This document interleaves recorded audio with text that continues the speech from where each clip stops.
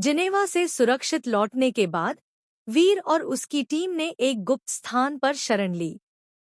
एक छोटे से सेफ हाउस में हवा भारी थी, न सिर्फ हार के कारण बल्कि विश्वासघात के कारण भी। हमारा हर कदम अब शक की नजर से देखा जाएगा, वीर ने कहा, अपने घावों को सहलाते हुए। अमर सक्सेना ने न सिर्फ हमें धोखा दिया बल्कि हमारी हर योजना को अंदर से जानता है। छाया ने अपना लैपटॉप खोला, उसकी आंखों में एक नई दृढ़ता थी। लेकिन उसने एक गलती की। उसे लगा कि उसने सारा डेटा डिलीट कर दिया, लेकिन मैंने रियल टाइम क्लाउड बैकअप बनाया था। सभी की निगाहें छाया पर टिक गईं। कपिल ने उम्मीद से पूछा, क्या क्या तुम्हारे पास वह रिकॉर्डिंग है? छाया ने स्क्रीन पर एक एन्क्रिप्टेड फोल्डर खोला। हाँ, लेकिन यह पूरी रिकॉर्डिंग नहीं है। अमर सक्सेना ने आखिरी के 10 मिनट का हिस्सा डिलीट कर दिया, जिसमें सबसे महत्वपूर्ण जानकारी थी। प्रिया, जो अब तक चुपचाप सब कुछ सुन रही थी, बोली, हमें अपनी रणनीति पूरी तरह बदलनी होगी। अब हम किसी पर भरोसा नहीं कर सकते, न पुलिस पर, न सरकार पर, न ही किसी एजेंसी पर। वीर ने सहमति में सिर हिलाया। तुम सही कह रही हो। हमें एक नई टीम बनानी होगी, ऐसे लोग जिन्हें हम व्यक्तिगत रूप से जानते हैं और जिन पर हम अपनी जान दांव पर लगा सकते हैं। कपिल ने एक सुझाव दिया। मुझे लगता है हमें वीर के पिता के पुराने सहयोगियों से संपर्क करना चाहिए। वे लोग भरोसेमंद हो सकते हैं। यह सुनकर वीर के चेहरे पर एक नई उम्मीद दिखाई दी। तुम सही कह रहे हो। रतन सिंह, पापा का सबसे करीबी दोस्त। वह हमारी मदद कर सकता है। लेकिन छाया ने एक महत्वपूर्ण बात याद दिलाई। पहले हमें यह सुनिश्चित करना होगा कि रतन सिंह अभी भी भरोसेमंद है। क्या पता शैडो सोसाइटी ने उन्हें भी अपने जाल में फंसा लिया हो। रतन सिंह से संपर्क करने का जोखिम भरा काम वीर और छाया ने खुद संभाला। वे रात के अंधेरे में रतन सिंह के घर पहुंचे, हर कदम पर सतर्क। रतन सिंह, जो अब 70 साल के हो चुके थे, ने दरवाजा खोला तो उनकी आंखों में आश्चर्य था। वीर, तुम इतनी रात को? अंकल, हमें आपकी मदद चाहिए, वीर ने कहा, और हमें अंदर बात करनी होगी। अंदर बैठकर जब वीर ने पूरी कहानी सुनाई तो रतन सिंह का चेहरा गंभीर हो गया। मुझे पता था कि अमर सक्सेना पर भरोसा नहीं करना चाहिए। तुम्हारे पिता ने भी उस पर शक जताया था। छाया ने पूछा, क्या आपके पास कोई सबूत है? रतन सिंह ने एक पुरानी डायरी निकाली। तुम्हारे पिता ने यह डायरी मुझे दी थी। इसमें शैडो सोसाइटी के कई सदस्यों के नाम हैं, जिनमें अमर सक्सेना भी शामिल है। वीर ने डायरी के पन्ने पलटे। उसमें उसके पिता की सुंदर हैंडराइटिंग में कई नाम और तारीखें दर्ज थी। यह तो बहुत बड़ा सबूत है, वीर ने कहा, लेकिन हम इसे कैसे इस्तेमाल करें? रतन सिंह ने समझाया, तुम्हें मीडिया के पास जाना होगा, लेकिन सीधे नहीं। तुम्हें ऐसे पत्रकारों तक पहुंचना होगा जो खुद भी शैडो सोसाइटी से खतरे में हों। छाया ने एक योजना सुझाई। हमें एक समानांतर नेटवर्क बनाना होगा। दुनिया भर के ऐसे लोग जो शैडो सोसाइटी के खिलाफ हैं, उन्हें एकजुट करना होगा। वीर ने हामी भरी। हाँ, और हमें इसकी शुरुआत उन लोगों से करनी चाहिए जिन्हें हम पहले से जानते हैं। इवान, रूसी एजेंट, वह हमारी मदद कर सकता है। लेकिन जैसे ही वे योजना बना रहे थे, वीर का फोन बजा। एक अनजान नंबर से मैसेज आया था। तुम्हारी हर चाल पर नजर है। रतन सिंह तुम्हारी आखिरी शरण नहीं हो सकते। एएस। वीर ने फोन सबको दिखाया। अमर सक्सेना, एएस, को पता था कि वे कहाँ हैं। उन्हें फिर से भागना था।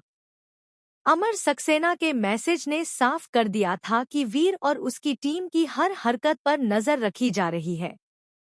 रतन सिंह के घर से निकलने के लिए उन्हें एक सावधानीपूर्वक योजना बनानी पड़ी। हमें अलग अलग रास्तों से निकलना होगा, वीर ने कहा, अपनी आवाज को फुसफुसाते हुए। रतन सिंह, क्या आपके पास कोई सुरक्षित वाहन है? रतन सिंह ने सिर हिलाया। मेरे पास एक पुरानी डिलीवरी वैन है। तुम उसमें छिपकर निकल सकते हो, लेकिन तुम्हें जल्दी करना होगा। छाया ने तुरंत कपिल और प्रिया को संदेश भेजा, मीटिंग पॉइंट चेंज। नई location, old city, house number 45। 30 minute में वीर और छाया वैन के पीछे छिपकर बैठ गए। रतन सिंह ने चालक की सीट संभाली। वैन धीरे धीरे गली से निकली, हर मोड़ पर सतर्क। वीर, रतन सिंह ने पीछे मुड़कर कहा, तुम्हारे पिता ने हमेशा कहा था कि सबसे बड़ा खतरा वह होता है जो अपने ही लोगों में से आता है। अमर सक्सेना ने इस बात को सच साबित कर दिया है। वीर ने गहरी सांस ली। हमें उन्हें रोकना होगा, अंकल। चाहे इसकी कितनी भी कीमत क्यों न चुकानी पड़े। ओल्ड सिटी का हाउस नंबर 45 एक परित्यक्त इमारत थी जिसे रतन सिंह ने कई साल पहले खरीदा था। यह जगह इतनी गोपनीय थी कि रतन सिंह के अलावा कोई नहीं जानता था। कपिल और प्रिया पहले से ही वहां पहुंच चुके थे। जब वीर और छाया अंदर पहुंचे, तो कपिल ने तुरंत सुरक्षा व्यवस्था की जांच शुरू कर दी। कोई कैमरा नहीं, कोई वायरलेस सिग्नल नहीं, कपिल ने रिपोर्ट दी। हम यहाँ सुरक्षित हैं। प्रिया ने एक महत्वपूर्ण जानकारी साझा की। मैंने इवान से संपर्क किया है। वह हमारी मदद करने को तैयार है। उसने कहा कि रूस में भी शैडो सोसाइटी के कई सदस्य हैं जिन्हें वह जानता है। छाया ने अपना लैपटॉप खोला। हमें एक वैश्विक नेटवर्क बनाने की जरूरत है।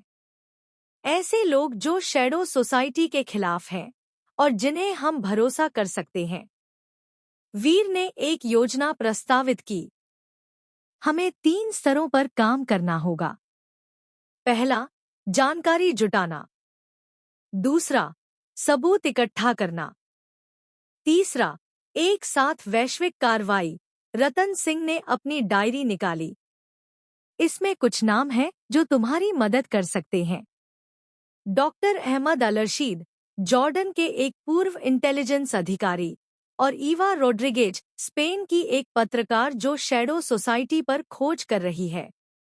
अगले कुछ घंटे टीम ने दुनिया भर के संभावित सहयोगियों से संपर्क करने में बिताए। हर कॉल, हर ईमेल में खतरा था, लेकिन यह जोखिम उठाना जरूरी था। डॉक्टर अहमद ने वीडियो कॉल पर जवाब दिया। वीर सिंह, मैं तुम्हारे पिता को जानता था। वह एक अच्छे इंसान थे। मैं तुम्हारी मदद करूंगा। ईवा रोड्रिगेज ने भी हामी भरी। मैं 3 साल से शैडो सोसाइटी पर रिपोर्टिंग कर रही हूं। मेरे पास कई सबूत हैं जो तुम्हारी मदद कर सकते हैं, लेकिन सबसे महत्वपूर्ण सहयोग इवान की तरफ से आया। उसने एक एन्क्रिप्टेड फाइल भेजी जिसमें शैडो सोसाइटी के रूसी सदस्यों की पूरी सूची थी। यह लो, इवान ने कहा, इसमें क्रेमलिन के कुछ उच्च अधिकारी भी शामिल हैं। हमें बहुत सावधान रहना होगा। छाया ने सभी जानकारी को एक सुरक्षित सर्वर पर संग्रहित किया। अब हमारे पास पर्याप्त सबूत हैं, लेकिन हमें इसे सार्वजनिक करने के लिए एक सही मौके की तलाश है।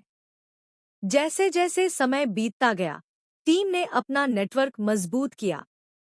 अब उनके पास 15 देशों के 20 से अधिक सहयोगी थे, जिनमें पूर्व खुफिया अधिकारी, पत्रकार और हैक्टिविस्ट शामिल थे। लेकिन शैडो सोसाइटी भी बेकार नहीं बैठी थी।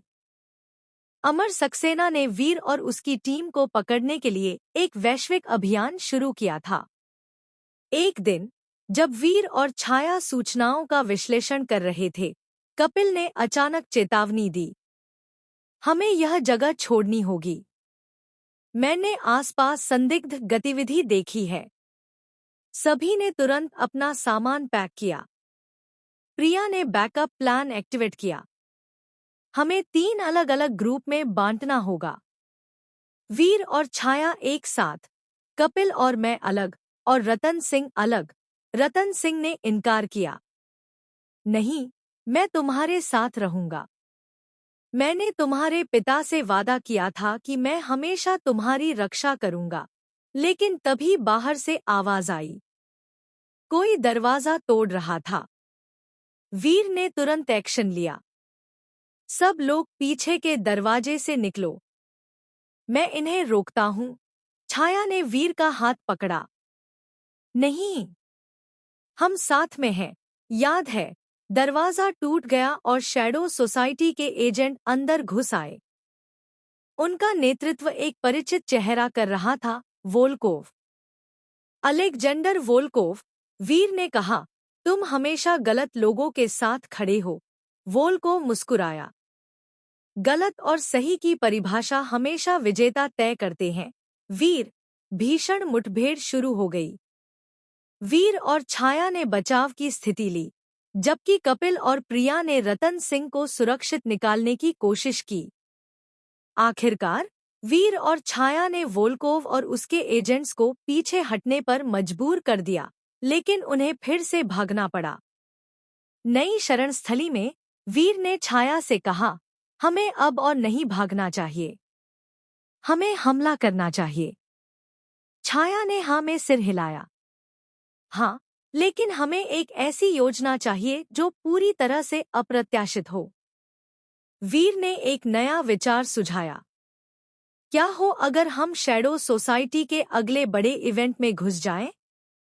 वह इवेंट जहां दुनिया भर के सभी टॉप मेंबर मौजूद होंगे? छाया की आंखों में चमक आ गई। तुम्हारा मतलब है यूनाइटेड नेशंस जनरल असेंबली? अगर कहानी दिल छू गई हो तो सब्सक्राइब जरूर करें। हमारे साथ आखिर तक बने रहने के लिए धन्यवाद।